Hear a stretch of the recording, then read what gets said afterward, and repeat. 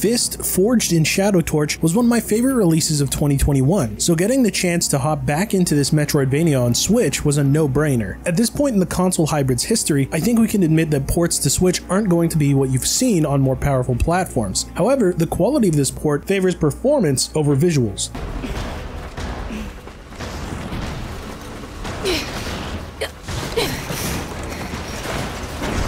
Fist Forged in Shadow Torch introduces an ex-soldier who just so happens to look like a bunny, enjoying a life of brooding with old friends. However, an altercation between a friend and the Iron Dogs who control the city gets Rayton to pick up his mechanical fist once again and save the people closest to him. However, that's only the match that lights the flame. There are others who are fighting against the invading Iron Dogs, and Rayton finds himself in the middle of it all. His reasonings for fighting are discovered over time, but when we first meet this unique character, he has pretty much checked out of the idea to fight. We learn more about his backstory along with the introduction of a few resistance fighters who provide intel and additional insights into the state of the world. Further, there are some antagonist characters who arise and act as the fuel to conclude the game. The various cast lends their various skills to the cause, such as upgrading Rayton's loadout with new skills and various buffs. Given the Metroidvania nature of the game, these skills are needed to reach new areas and take down enemies. Sadly, not all of them get the same amount of screen time, however, they each have an introduction that explains their reasons. Many of the design choices return for better or for worse. The hub town is still a maze that begs to be accessible through a simple menu while in town. However, in later parts of the game, exploration becomes faster with dashes and abilities that zoom you across the stage. What I love most about Fist is how well the attacks are tied so heavily into progression. While you have access to 3 main weapons, these weapons can be upgraded further by using coins from down enemies and mods. Tying actions together will get you to secret areas while also extending your combos. It's a synergy that makes combat in the game so refreshing. By tying in the additional skills that use EP for moves, such as counter or healing, you can have a ton of ways to approach situations. For an added layer of challenge, there are skill-based platforming sections that require an understanding of Rayton's moveset. These usually contain rewards that will increase HP, SP, and EP, all of which are needed to survive the late game difficulty. However, from the first set of dungeons, this game pulls no punches, and you're forced to use every bit of Rayton's moveset to survive waves of enemies, mini-bosses,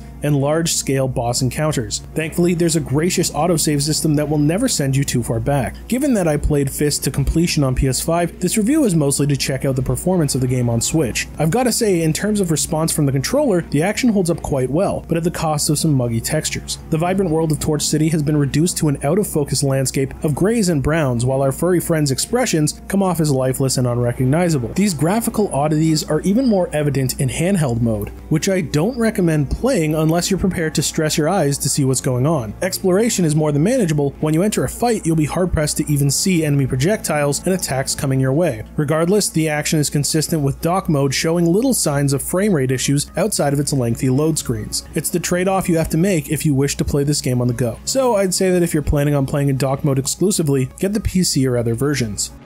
Fist Forged in Shadow Torch is a great game to play no matter what console you play it on. It's a gorgeously fine-tuned Metroidvania that focuses on skill-based combat with an extensive map that begs to be explored. The Switch version is held back by its graphics and load times, but the performance holds up to deliver the action that players will be coming back to time and time again. Noisy Pixel is giving the Switch version of Fist Forged in Shadow Torch a 7.5 out of 10. Thanks for watching. Please be sure to check out the full review at noisypixel.net. Noisy Pixel is run by a group of gamers who work hard to deliver news, reviews, previews, and more. Please subscribe to keep up with all our future content.